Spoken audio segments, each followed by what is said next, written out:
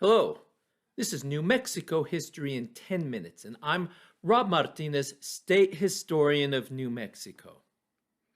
The United States of America was born in 1776 on July 4th. It was a new, brash country born of new ideas, new technologies, and a people that wanted to expand their horizons and live free. It was a radical idea, revolutionary, and it had impact and reverberations around the world. This new country had ideas that went back for centuries in England. The idea that the king was not above the law. We can thank the Magna Carta for that. Also, a British Bill of Rights. There's a whole genealogy of a balance of power between king on one side and parliament on the other. It's an idea that would affect our nation's government. The idea that there's a president who is not a king, not an emperor, but would be checked and balanced by a Senate and a House, by Congress. So this was a radical new idea, this young nation of 13 colonies that was made up of Native Americans, of people of British background, German background, French background, Dutch background, and of course, Africans as well, who were slaves and free people as well. It was a vital mix from the start. There was never just one language spoken. There were native languages, English, French, German. It's where we get the term Pennsylvania Dutch. It means Pennsylvania Deutsch, German speakers. So out of the gate, this new country was multicultural, multilingual, and ready to take on the world. Well, by 1776, Spain had already been in the southwestern part of the North American continent since the 1590s. So when Thomas Jefferson prophesied that this new nation of the United States would eventually come into contact and conflict with Spain, he had no idea that what would really happen was there would be conflict and connection with Mexico. He didn't know that there would be a new nation of Mexico a few decades later. Nonetheless, this is what would happen. As the United States spread to the west, expanding her borders with manifest destiny, this idea that God chose the USA to rule from sea to shining sea. It was an easy task at first. True, there were already native peoples there for centuries in the Midwest and into the West. Nonetheless, these Americans would just move these people out of the way, sometimes killing them brutally and taking their land. The Louisiana territories, where New Orleans is and points north, would be purchased quite easily by 1803. The United States thought that they could just buy their way to the West Coast, but Mexico would have none of that. By the mid-1800s, the United States wanted to purchase Texas and New Mexico and California, but Mexico politely declined and said, no gracias, no thank you. Well, there was a revolution in Texas in 1836. She declared her independence from Mexico. Those brash Americans had settled down and taken root in Texas. And so within 10 years, the United States would annex Texas, agitating Mexico. War was on the horizon. Mexico would not sell. So by 1846, the United States under President Polk declared war on Mexico. It was a land grab, and it was a war that was declared under false promises, false legalities, and false information.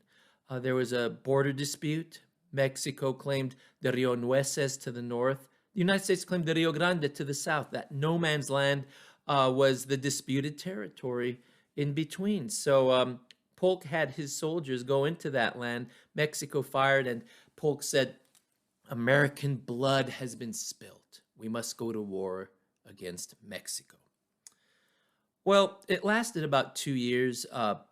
Polk sent Stephen Kearny and his Army of the West ultimately to secure California, but on the way to take over New Mexico. So this happens in 1846 to 1848. Much like when Vargas returned for Spain in 1692, it looked like a bloodless, peaceful taking of New Mexico. But there were resistance movements at places like Embudo and Mora, and the most famous one at Taos. Interestingly enough, there were people in the United States who were against this war, people whose names we know.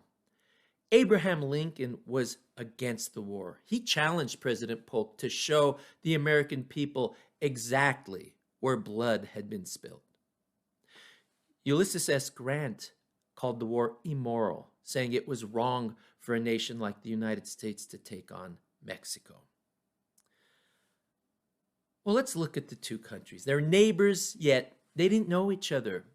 There were roots in Europe that were very controversial and would be fodder for conflict. I mean, you had Protestant England and Catholic Spain who had been fighting since the 1500s. So the Protestant United States comes into conflict with Catholic Mexico, and you have these old feuds coming to the surface. By 1846, the United States had about 20 million people. Mexico had about 7 million. The United States had new government ideas based on the writings of Hobbes and Locke and Jefferson and Adams. Mexico wanted that modern nation too, but she had an old, ancient Catholic and absolute monarchical system that were the foundations of her new government. This conflict would change and reshape both nations after, say, 1850. By 1848, with the Treaty of Guadalupe Hidalgo, Mexico agrees to sell the Southwest to the United States. The United States had initially offered $30 million. After the war, the United States paid $15 million. I always found that curious. Why would you pay for land that you are taking after a war that you won? I think there was a certain amount of guilt money involved, and also the realization that the United States would have to get along with her southern neighbor. Mexico would also have to rethink her nationhood, her national plan. How did this happen? How did she lose almost half her territory to a brand new nation that really was not considered a world power at the time? Britain had warned the United States not to go to war with Mexico. So this was a turning point for both countries. The treaty guaranteed the Mexican people in places like Texas, New Mexico, and California citizenship. They had the rights to the lands they had under first Spain and then Mexico. But as most treaties go, a lot of these agreements would be broken by the United States. So this is what happens in New Mexico starting in 1848. By 1850, we're a territory. We had enough people to be a state, but we'll see in the next episode why that wasn't to be, at least for 60 more years. We would remain a territory of the United States of America. Thank you for joining me. See you next time. Adios. Goodbye.